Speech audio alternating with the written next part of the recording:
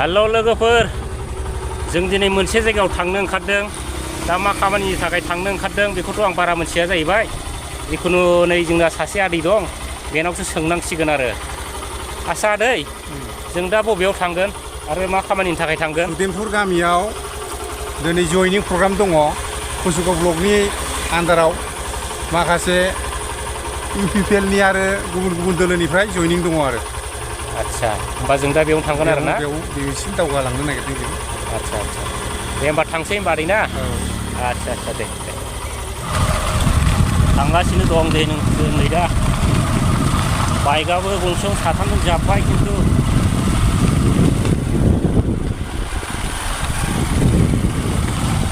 मोनथ'वाखै एसे गोजान दंबावो दसेनि उनाव सहैसिगोन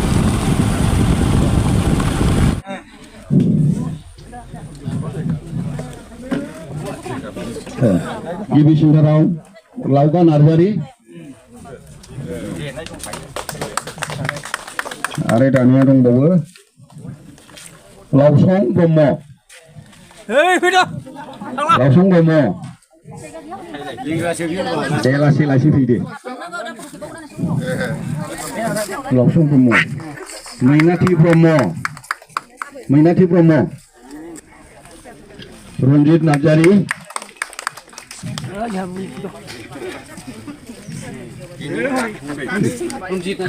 रन्जित नार्जारि आखाइ फिना हो सुनु नार्जारि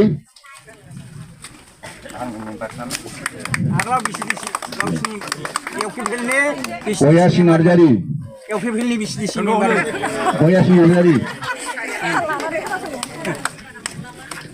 बिनि उनाव खयला बर'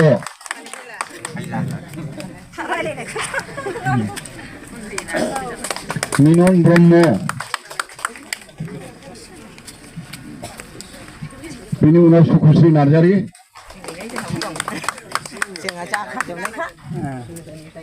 आरो बिनि उनाव लापदा नार्जारि दे फैबाय मोजां जाबाय दे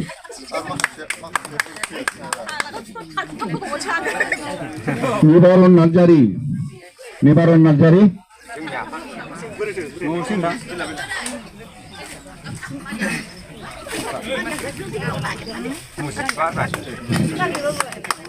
सुस्मिता नार्जारि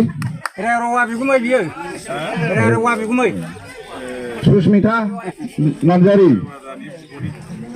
दङ ना गैया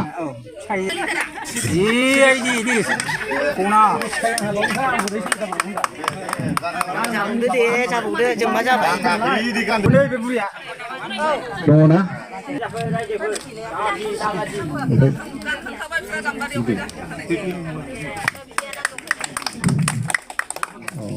स्वप्ना नार्जारि दानसोरां नार्जारि अनजालि ब्रह्म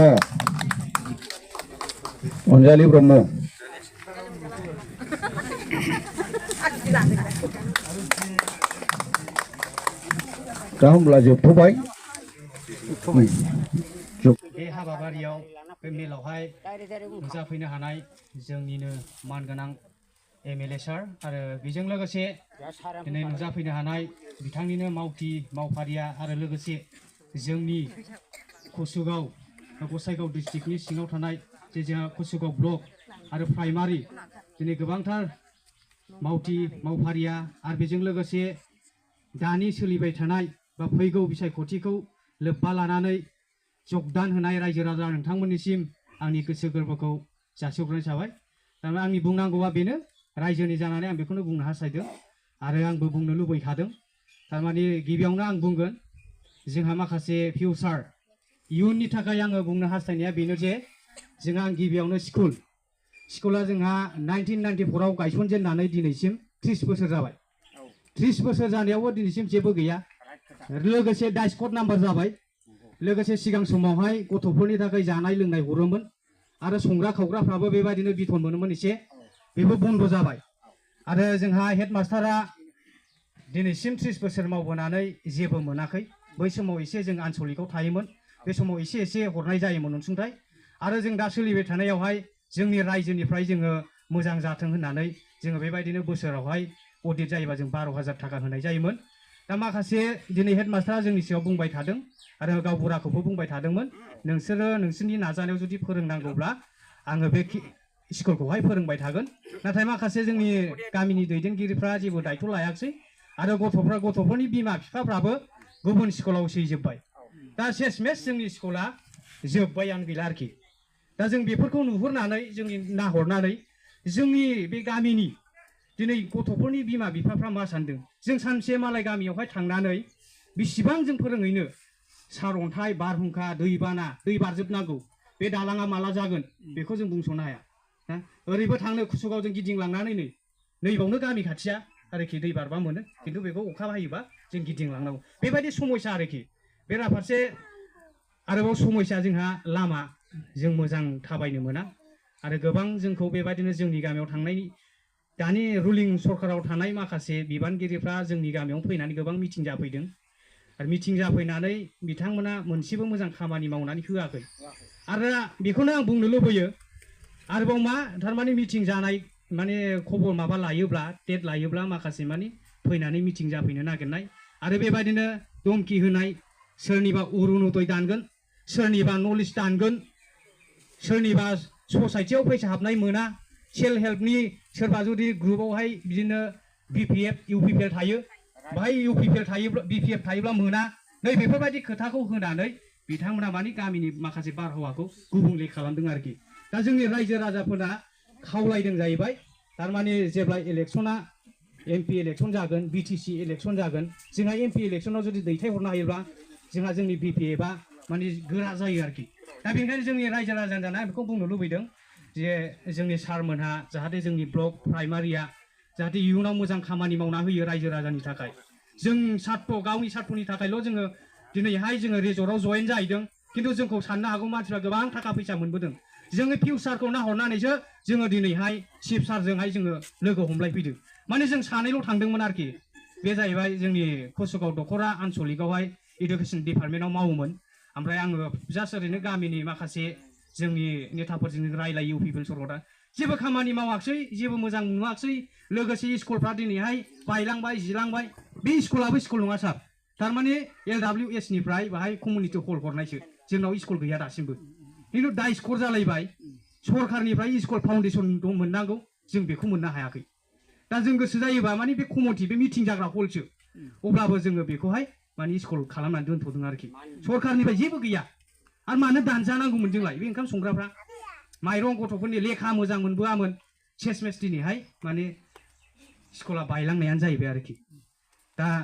जोंहा सारमोना इयुनावहाय जाहाथे बेफोरबायदिखौ दायथ' लाफिनो आरो जोंबो बेखौनो स्ट्रंलि माने दायथ' लागोन जाफिननांगौ होननानै जोङो बेखौ जगदान होनाय जादों। माखासे रायजो राजाफ्रा फैबावगौमोन खिन्थु हमथानानै दोननाय दङ। दा सारमोनहा बे गावसिनि बिबुंथिजों माखासे खोथाफोरखौ बुंलांदो बेनिखायनो जोंनि रायजो राजाफ्रा अलद थलद जानो नाङा ओरै थांलाय आंनाथ' आं थैब्लाबो थांब्लाबो आं सिगाङाव फांसे बिफांमोन खिन्थु आं गायनानै गुबुनाव गायबाय आरो बेखौ आरो गायफिनोब्ला बे थैगोन बे थांनाय नङा आरोखि बिराद थोर बोथोर ओंखायनो आङो गायजानानै आङो बे जायगायाव गायबाय आरो बे थाबाय आरोखि आं जेरावबो माने बाहाय थांला माने थैथां होननानै आङो जगदान जादों बेनो आंनि आरोखि रायजोफ्रा जाहाथे जों मदद होदो सोरबाया माबाफोर खायफैनांगौब्लाबो बेखौ खर' दाजा दिनै जोङो आंनो बुंनोसै चेयारमेना बे न'खौ लुहोआमोन आंनिखौ नैबेनो सार आंना न'आ ओमफ्राय जोङो नांलायदों ओमफ्राय नांलायनानै नोंसोर लुनो मोना जेरैबाबो जों लुना होगोन जों नांलायनानै बिडिअनाव थांबाय हाफ सार जोङो न'खौ लुना लानो मोना बिदि बुंहैबाय आरो जों बिडिअनाव बिनि फिसारिया न'खौ लुनानै लायाबासो लुनानै लागोन ओमफ्राय बुंबाय माथो बेबायदि दलिलाव सहि होलायनांगौनो सार होननानै जोङो बेबायदि बुंबाय बेखौ ओरैनो टेम्परारि नोंसोर खालामहैदो चेयारमेनजों ओमफ्राय जों दलिल लाना फैबाय चेयारमेनफोरखौ जों जेब्ला बिनि फिसाफोर ज' लानानै मिटिं जायोबा बिडिअ सारा बिदि बुंहरदों जोंखौ नोंसोर दालि जहल जानायनि लिरो ना मा खालामो ना फासि नांनायनि लिरो नोंसोर दलिलाव जोंनो लिरना हरदो जों कपि खालामना लांसै बे खोथाखौ बुङोब्ला बिसोरो जेबो बुंनो हायासै बे गावजों गाव मानो बिदि नांलायबावनो बेफोरबायदि आरोखि दा जों मावनानै होगोन जों डिस्ट्रिक्टआवबो जों थांगोन डिसिनावबो जों थाबायगोन सोरबा जुदि न'नि लिस्टखौ जों दानोब्ला जोंहा माने लामाया गेवना फैबाय आरोखि रावबो दासान जे न'खौ सरकारा सेन्ट्रेला जे हरदों बेखौ आंनि मुङा सहैखाबाय बेखौ रावबो दाननो हाया माने गिनानैसो दङ रायजो राजाफ्रा खिन्थु सिङाव बहुद सापर्टार जाबाय प्लास माइनास जाजोब्बाय आरोखि बिसोरो सिङाव प्लास जाजोबनानै दङ जोंनि BPF आ दा जेरैबाबो जोंना थांखागोन आं बेखौ रोखाखा आंनि बिबुंथिखौ आं